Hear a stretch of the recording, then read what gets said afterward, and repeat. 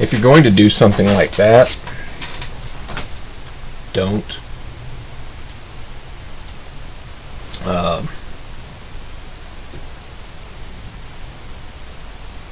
I had this sneaking suspicion because the end of the second movie, Bogus Journey, went back and watched it this week. Had the sneaking suspicion that they were going to do this because the Keanu Reeves comment about the movie is called Bill and Ted. It's about Bill and Ted. Okay, cool. Hey, wait. At the end of the second movie, weren't there kids named Bill and Ted? Little Bill and Little Ted? So then we have the gender swapped Billy and Thea, as in Little Bill and Little Ted. So they gender swapped Little Bill and Little Ted, and then, just like I thought they were going to, they kind of like swapped it on us to where the movie was about Little Bill and Little Ted. The movie was a good chunk Thea and Billy. And I mentioned that on Nerdrotic's podcast. I just knew they were going to do this. Just watched it last night. It wasn't bad, but it was horrible if you know what you're looking for, and you catch on to some stuff. It's Hollywood has bad dad syndrome, and the movie starts off, Bill and Ted are complete losers, and they're has-beens, and they only played that one show back in '91 after Primus, and blew everyone away with God Gave Rock and Roll. And then it was downhill from then. They never did anything amazing like that ever again. Their marriage is failing. Their kids are the only ones that like them. Reality is going to unravel because they didn't do what they were supposed to. And that got a little annoying because every male character in the movie, including Death, is a complete loser and a has-been. And they, like I said, bad dad syndrome. So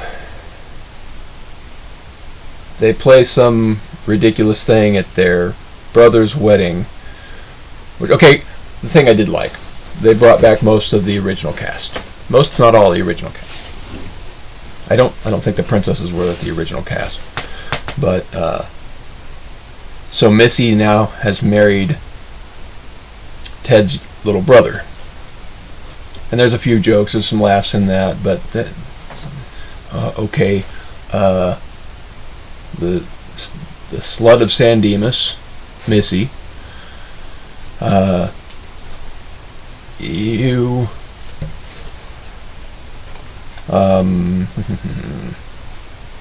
So their dad,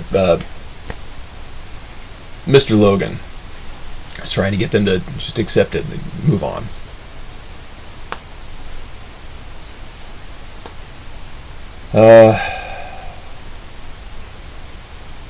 So they're really worried about, like, the band might have to break up.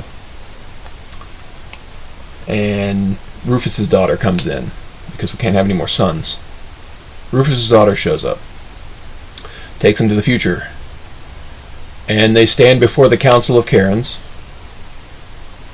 They're supposed to play this song, Unites the Universe. All reality, time and space, all because of this one song.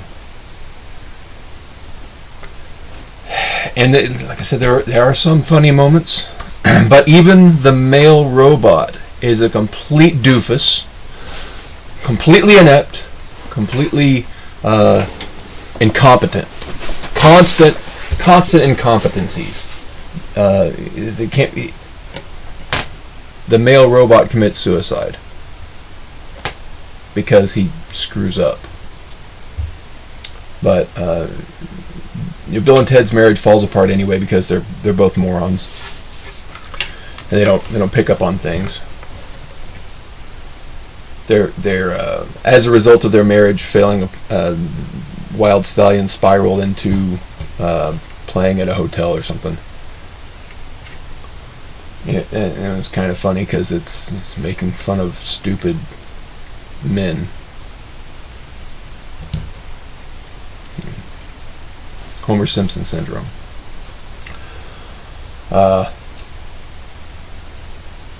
I've slept on this, so I'm trying to remember most of it. So they finally get the song from their future selves, and they destroy it. And they go to hell. Okay, so they're. Let me go back. Little Bill and Little Ted find musicians from all over time, and it was pretty cool until I figured it out.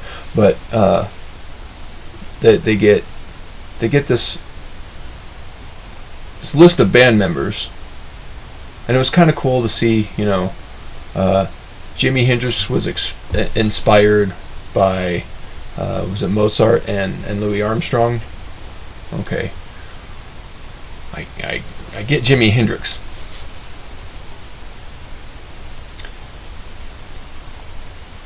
Why would you pick Jimi Hendrix as a backup guitar player for a band that's supposed to feature Wild Stallions? If they're supposed to be a super team, supposed to be a super band, the best ever, the biggest, you don't get Jimi Hendrix to play backup guitar. Why would you get a solo artist to play a backup?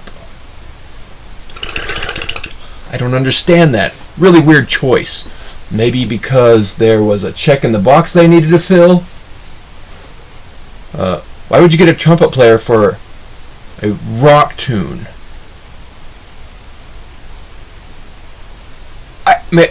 Maybe I'm missing something. Maybe they should have gotten what's his name? Aaron Barrett from Real Big Fish. I get horns really don't belong in rock music, especially metal. I thought they were supposed to rock, not mellow. So they travel to hell, find death, and there's a big emotional dude bro hug because there was a falling out between Death and the Wild Stallions. So Little Bill and Little Ted have to console Death and make him feel better so that some professionals can put their differences aside and play the song that's supposed to unite the universe in reality.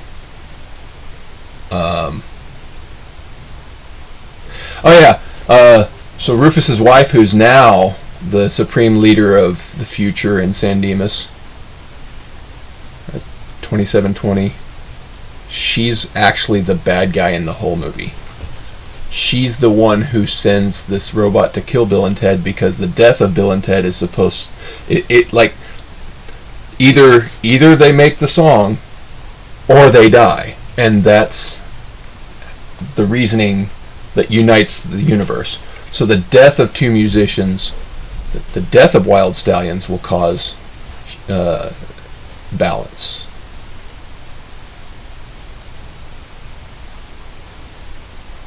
Okay. whatever.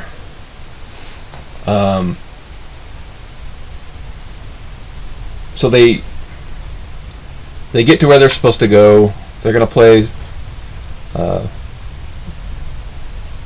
Hollywood has this really horrible thing called plot convenience, and that's the only thing that really pushes a movie forward. I get how the Excellent Adventure and Bogus Journey kind of did that, but not to the extreme that it is now. Like Rise of Skywalker, plot convenience syndrome. Hey, we need this thing to do the thing, and the thing just happens to be right there. Okay. Wow, that was super easy, barely an inconvenience. Thanks, Screen Rant. So they go to the places, get the things to do the task, and it turns out I was right the whole time. They did the bait and switch. It's not Wild Stallions, Bill and Ted. It's Little Bill and Little Ted who are going to save the universe by bringing together the super team and plugging in their devil boxes and playing synthesized garbage music.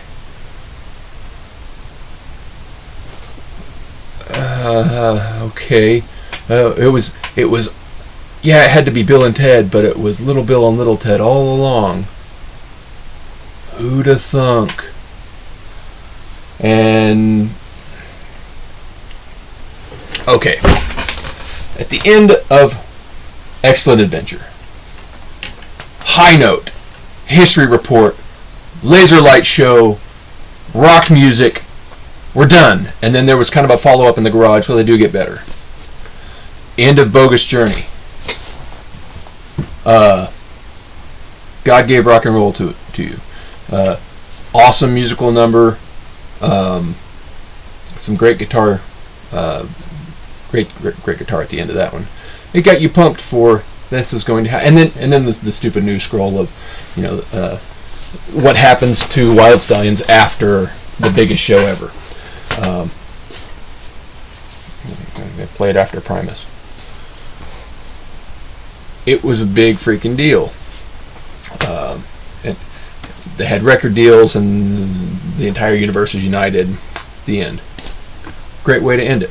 But then they went back on this and said, we're going to unite the world in music. But we're not going to rock, we're going to mellow. Because the universe is going to sound like a lame Coldplay or a Lumineers track. And my immediate reaction as soon as they brought this out was, accordions do not belong in rock and roll. Tubas do not belong in heavy metal. Why do they have this massive oh yeah, and they gave Jesus the cowbell. I don't know why they did that. The time space is unraveling, and different characters from throughout history show up in weird places, like Jesus crossed the Delaware on top of it. So I kind of got a couple chuckles. There were a couple of funny things throughout the movie from the beginning, but then you marinate on it a little bit. Yeah, okay, bad dad syndrome, has-been syndrome, loser syndrome. It just keeps going. The more I think about it, the more I dislike it. And then the message at the end of the movie was, it doesn't matter what the music was, as long as we're all playing together. Okay. How incredibly kindergarten of you.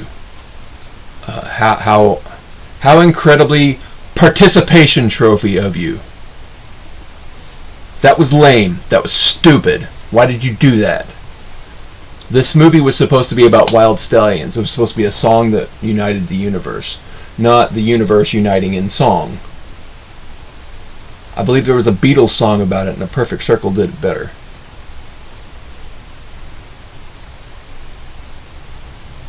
Nah. I don't know.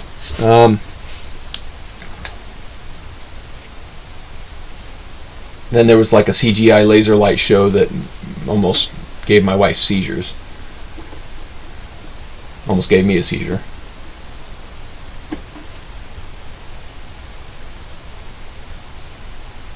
Now Keanu Reeves in a band? He played bass for a band? Like, why couldn't we actually hear people playing guitar? Power bands. Bass, guitar, drums. Maybe 2 guitars. Maybe 3 guitars. Maybe you're humming, you have 6 guitars.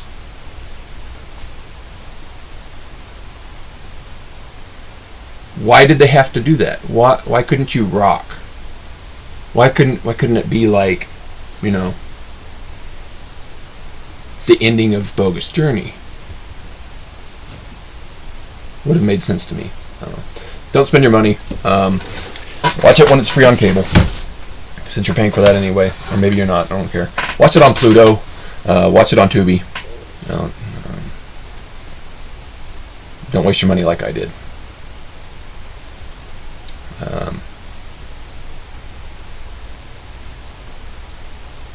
Be excellent to each other if you have to. Keep yourself from getting fired. Party on if you don't have work in the morning. Disappointing. Stop making movies like this! Don't no more remakes. No.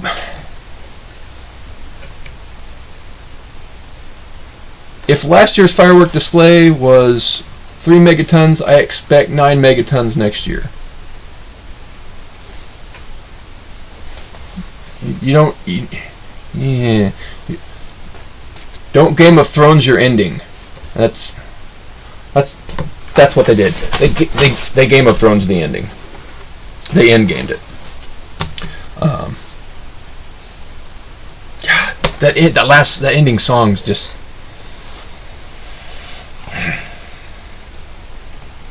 Snooze fest. It's like when Spinal Tap tried to play jazz.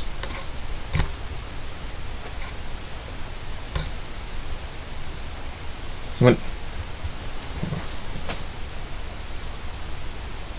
I wanted to see Bill and Ted as Wild Stallions.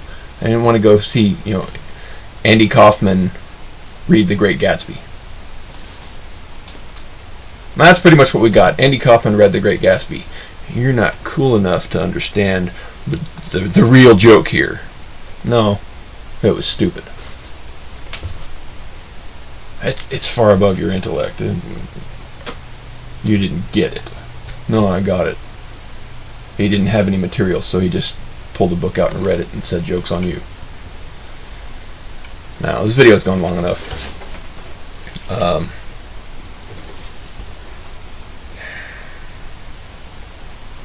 I don't want to see any more of these movies. Quit remaking. Quit making sequels to movies that are already finished.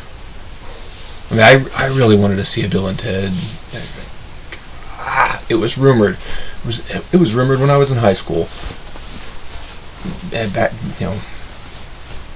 in the early aughts, it was rumored that Bill and Ted 3 was coming out and it was going to be awesome, and it was in limbo for too many years, and now I wish the studio had kept it there. Bogus Journey ended on a high note, and so, well, I can't end on a high note. It's depressing. The depression high note. I will never try to start a pistol. If that's what you could call a depression high note.